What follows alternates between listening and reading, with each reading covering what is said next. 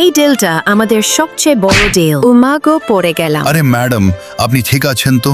আর কোথাও লাগেনি তো? নমস্কার ম্যাডাম। ঠিক আছে রাহুল, এই মেয়েটা রাস্তার মাঝে বসে আছে, তুমি দেখনি? আমার ভুল হয়ে গেছে ম্যাডাম।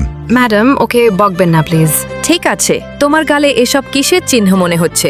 তোমাকে কেউ থাপ্পড় মেরেছে? কে মেরেছে বলো তুমি আমায়। ম্যাডাম, আমাদের অফিসে একটা নতুন ম্যাডাম এসেছে, সে আমাকে মেরেছে। তাকে কিছু বললে সবাইকে এভাবেই মারে। তোমাদের সাথে এত কিছু হয়ে গেছে, আমাকে জানানোর প্রয়োজন মনে করলে না? কি করে জানাতাম ম্যাডাম? সে আমাদেরকে হুমকি দিয়েছে যে কাউকে কিছু বললে আমাদেরকে চাকরি থেকে বের করে দিবে। তাই বলে এত বড় কথা আমার কাছে লুকাবে? ঠিক আছে, তোমরা চিন্তা করো না, বিষয়টা আমি দেখছি।